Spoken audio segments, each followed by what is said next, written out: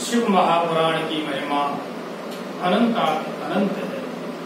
भगवान भोलेनाथ जिनको देवादेव महादेव कहा जाता है, शंकर जिनका नाम है, शंकरोति शंकर, जीवन में जो कल्याण का मार्ग प्रशस्त करे, कल्याण करे, उन्हें शंकर कहते हैं। ऐसे महादेव शिव शंकर भोलेनाथ की महिमा शिव महापुराण में विदित है। ऐसे शिव महापुराण की महात्म की कथा को हम सभी श्रवण करेंगे। भवाब्धिमग्नं दीनं मामोद्धर भवार्णवम् कर्मग्राहगृहीतांगं दासोऽहं तव शंकर। भवसागर से पार करने के लिए भगवान भोलेनाथ का शरण को ग्रहण करना जीवन में परम आवश्यक है। भव से पार होना है तो भोलेनाथ की शरण में शरणागति को स्वीकार कर ले।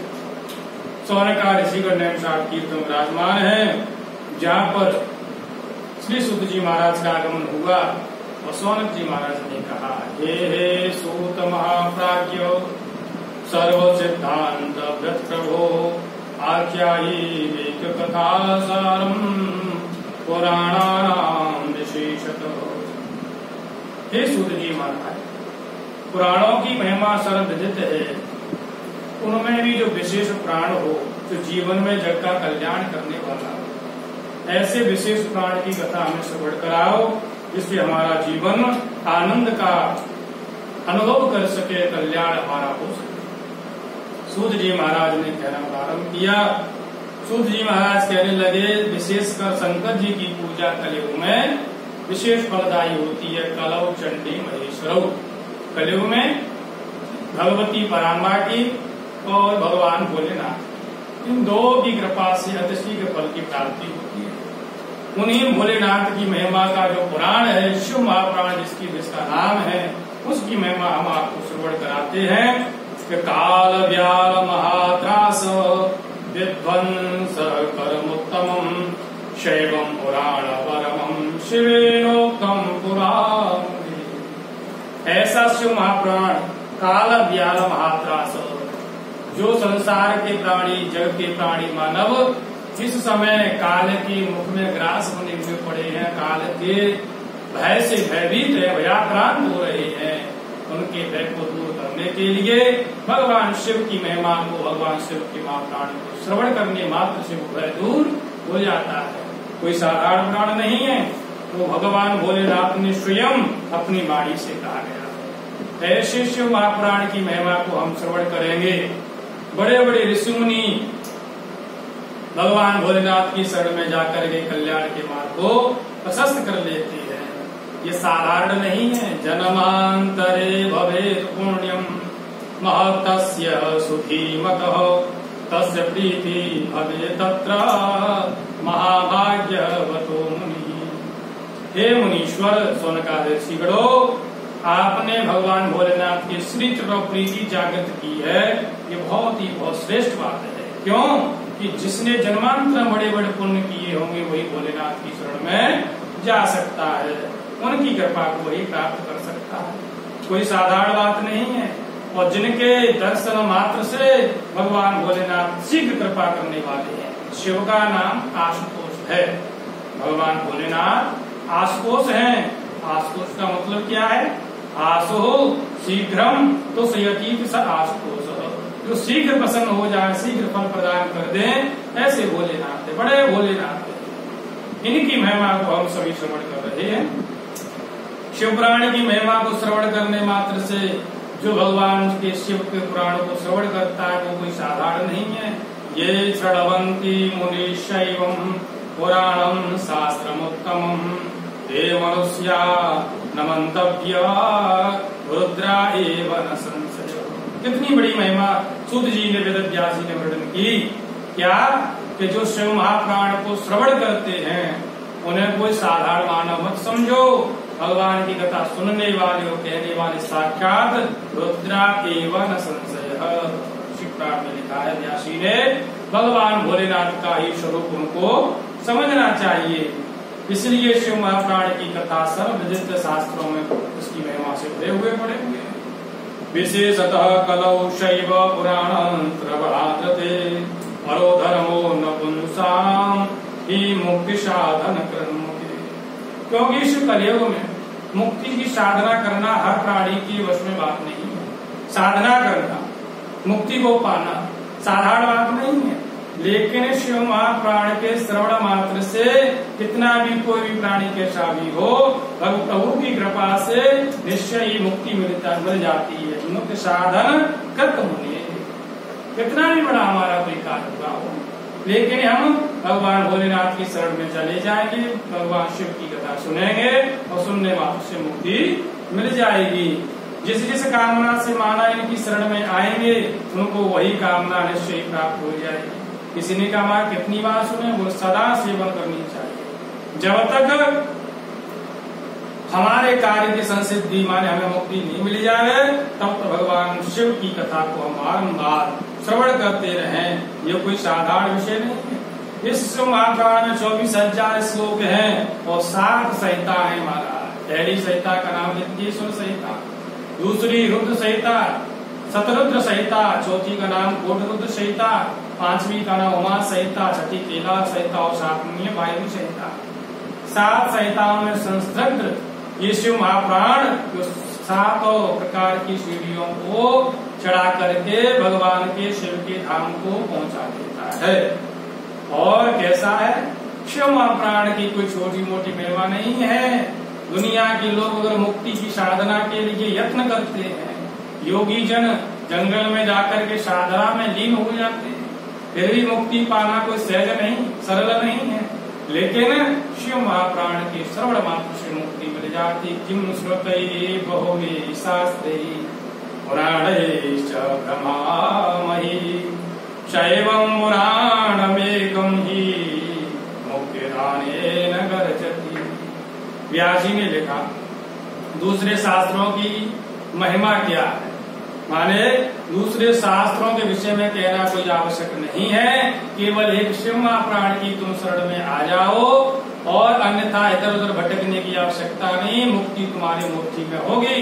इसीलिए हमें केवल भगवान भोलेनाथ की शरण में जाना चाहिए। हजारों अश्वमेध यज्ञ करो, 100 सैकड़ों वाजपेयी यज्ञ करो, लेकिन शिव महाप्राण की कथा सुनने मात्र से हमारा सब कुछ मिल जाता है। जो फल 1000 अश्वमेध करने से और सैकड़ों राजस्वी वाजपेयी यज्ञ करने से नहीं मिलता, वो उससे ज्यादा ही फल भोलेनाथ की कथा सुनने मात्र से मिल जाता है। इसीलिए भगवान भोलेनाथ की सेवा में लीन रहना चाहिए, उनकी कथा श्रवण करनी चाहिए।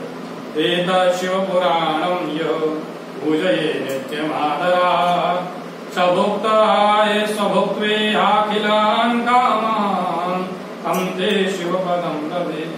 जो शिव महाप्राण की कथा को श्रवण करते हैं, मनन करते हैं, चिंतन करते हैं, वो भगवान भोलेनाथ के परम धाम को प्राप्त कर लेते हैं। अब किसी ने कहा हमारा पुण्यात्मा ही कथा सुनेंगे, पापात्मा तो सुन ही नहीं पा रहे हैं। जिन्होंने पुण्य नहीं किए वो कहाँ कथा श्रवण कर पा रहे हैं। इसीलिए ऐसा नहीं है। सूत जी ने कहा ये मानवा पाप कृतो दुराचार रता खला कामादि निरता नित्यम ते विशुद्ध्यंतरे न भई। जिसने जीवन में पाप के अलावा कुछ भी नहीं किया हो, हमेशा पाप कर्मों में रत रहे, पुण्य का नाम नहीं लिया, ऐसे प्राणी भी अनजान में, जाने से नहीं भूल से हमारा अनजाने में कहीं शिव महाप्राण की कथा श्रवण कर ले तो निश्चय ही भगवान भोलेनाथ की कृपा से सबका सिद्ध माने मुक्ति मिल जाती है, पवित्र हो जाता है और विमलात्मा अमलात्मा हो जाता है, कैसा ही पापात्मा हो। इसीलिए भगवान भोलेनाथ की बड़ी महिमा है। शुद्धेन अनेन भी पवित्र हो जाता है, बहुत ही विमल हो जाता है। इसीलिए हमें निश्चय भगवान भोलेनाथ की शरण में जाना चाहिए। कई लोग कहते हैं इसका कोई इतिहास है, कैसे माने कि भगवान भोले बाबा की अनजाने में कथा सुनने से मुक्ति मिल गई, कल्याण हो गया है। बोले एक सुंदर वृतांत हम आपको श्रवण कराते हैं। आसीत किरात नगरे ब्राह्मणो ज्ञान दुर्लभ दरिद्रो रस विक्रेता देव धर्म परामुख। किरात नगर में अति दुर्बल ज्ञान से हीन ब्राह्मण रहता था, जो ज्ञान से दुर्बल था, ज्ञान नहीं था उसको। और कैसा था वो दरिद्री था और रस बेचने वाला था, दूसरे के धर्म को बेच करके रस महाराज अपना धन इकट्ठा करता था, दुनिया को ठगने वाला था, बड़ा ही दुराचारी था, सब कुछ घर में था, घर भी पाप कर्म में रत रहता। एक दिन उसकी दृष्टि भामती नाम की वेश्या के ऊपर पड़े, अब उसका चित्त भटकने लगा, छिन्न भिन्न हो गया, महाराज मोहित होकर के वेश्या के प्रति आकर्षित हो गया। अब तो उसमें संग में रहने लगा, महाराज वो जैसा कहती वैसा करने लगा, माता पिता पत्नी आदि सबको भूल गया। इतना महाराज सबने समझाया बुझाया भी, लेकिन वो बात उसकी समझ में नहीं आई। कामांधो व्यक्ति आज उस ब्राह्मण ने वैश्या में कामांध होकर के बड़ा अनर्थ कर दिया, अनिष्ट कर दिया। कैसा अनिष्ट किया? एक देश्यावसारात्रो मातरम वितरम बलुम प्रसुप्तान्नमयाधि दुष्टो धनम देशांतारत। एक दिन रात्रि में सो रहा था, विचार कर रहा था, ये लोग मुझे समझाते, मेरे कार्य विघ्न पैदा करते हैं, मनमाने तरीके से मुझे विचरण नहीं करने देते, मुझे मनमाने तरीके से स्वेच्छाचारी नहीं हो, स्वच्छंदचारी नहीं बनने देते। अब उसको चिंता ये आई, मन में ईर्ष्या जागृत हुई, तो सोते हुए माता पिता को मार दिया, पत्नी को मारकर एक वेश्या के पास में चला दिया। जैसे मनमानी तरीके से काम करने लगा, और समय तो सबका आना है, धीरे धीरे अवस्था ढल गई। मदिरा पान करने वाला विलासी ये ब्राह्मण बहुत ज्वर से पीड़ित हो गया, अब भटकने लगा, कहीं मुझे किसी प्रकार से आश्रय मिल जाए, मेरा कल्याण हो, बहुत दुखी होगा। लेकिन प्रभु की लीला के कदाचित योगेन प्रतिष्ठानमुपागत शिवालयं ददर्श सौ तत्र साधु जनाव्रतम। आज उसे प्रतिष्ठा नाम के नगर में एक शिवालय दिखाई दिया। उसने सोचा मैं बहुत परेशान हूँ, बड़ा दुखी हूँ, हो सकता है इस शिवालय में कुछ मुझे आश्रय मिल जाए, मुझे कुछ शांति मिले। तो महाराज अपनी प्राण की रक्षा के लिए उस शिवालय में प्रवेश कर गया, और वह जैसे गया तो वह शिव महाप्राण की कथा चल रही। अब ये तो अपने दुख से पीड़ित था, ज्वर से पीड़ित था, परेशानी में था, लेकिन कानों के माध्यम से भगवान शिव की कथा उसके हृदय में पहुंच गई। और ये चिंता करते करते धीरे धीरे अपनी परेशानी में चिंता दूर प्राण छूटे। उसी से यमराज के दूत से लेने के लिए आ गए। यमराज के दूत आए, उसी से भगवान शिव के गणों ने सोचा इसने तो भगवान शिव की कथा सुनी है, और शिव की कथा सुनने ही नहीं आया, प्राण रक्षा के लिए ही आया था, लेकिन फिर भी भगवान भोलेनाथ की कथा कानों में पड़ जाए तो कल्याण तो होना ही होना है। रुद्रगढ़ आ गए, यमराज के दूतों से कही भैया आप इसे लेकर के नहीं जाओगे, तुमने बड़ी भूल की है, ये शिव का भक्त है। यमराज के दूतों ने कहा नहीं, हमारा बड़ा पापी है। दोनों के दोनों यमराज के दरवाजे पर चर्चा कर रहे थे। धर्मजा निकल करके अपने मंदिर में से आए, सारी बात को सुना समझा, भगवान शिव के गणों को देखा, शिव समाज समझ करके पूजा की, और पूजन करने के बाद में महिमा गाई कि शिव महाप्राण की जो कथा श्रवण कर लेता है, कितना भी बड़ा पापी हो, वो निश्चय ही सवकार से पापों से मुक्त होकर के सवकार की सिद्धि करके भगवान शिव के धाम को चला जाता है। अब इस ब्राह्मण ने ये सब सुना, बड़ा आनंद आया, मैंने तो जीवन में अनजाने में कथा सुनी थी। तो धन्या शिव पुराणस्य कथा परम पाविनी यस्या श्रवण मात्रेण पापीयानपि भुक्तिमा। आज शिव महाप्राण की इतनी बड़ी महिमा, वो शिव महाप्राण धन्य, उनकी कथा धन्य है, इसके अनजाने में श्रवण मात्र से कितना बड़ा पापी थी और महाराज पवित्र हो गया, मुक्ति को पा गया। इसलिए शिव महाप्राण की कथा इस कले विशेषकर कल्याणकारी ही है।